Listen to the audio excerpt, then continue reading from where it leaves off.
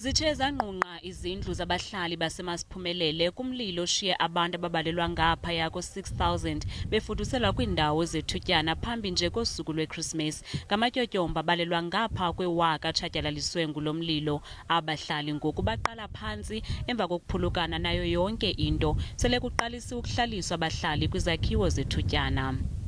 The city is constructing 30 to 50 per day with a movement plan scheduled for this week of between 30 to 50 affected individuals. Ultimately, to ensure that the correct people do get these temporary structures, the city last week did commence a screening process of the affected families.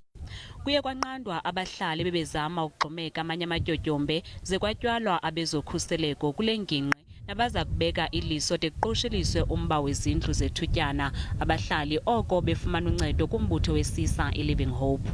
Giving out food parcels, we've been giving out clothing, and within the structures now, when they're up, then we're going to give out proper household goods. Ithemba ke lelokuba ezi zindlu zethutyana neza kubekwa kwindawo echatshazelwa zizikhukhula zizawukwazi ukumelana nexesha lasebusika kwelaphondo. Put those shacks on the proper way and decent way must the water not affect us when the rain is raining. Urhulumente waseNtshona Koloni ujonge ukumisa izindlu ezibalelwa ngapha kwe-1,000 xa kuphela inyanga kaFebruwari.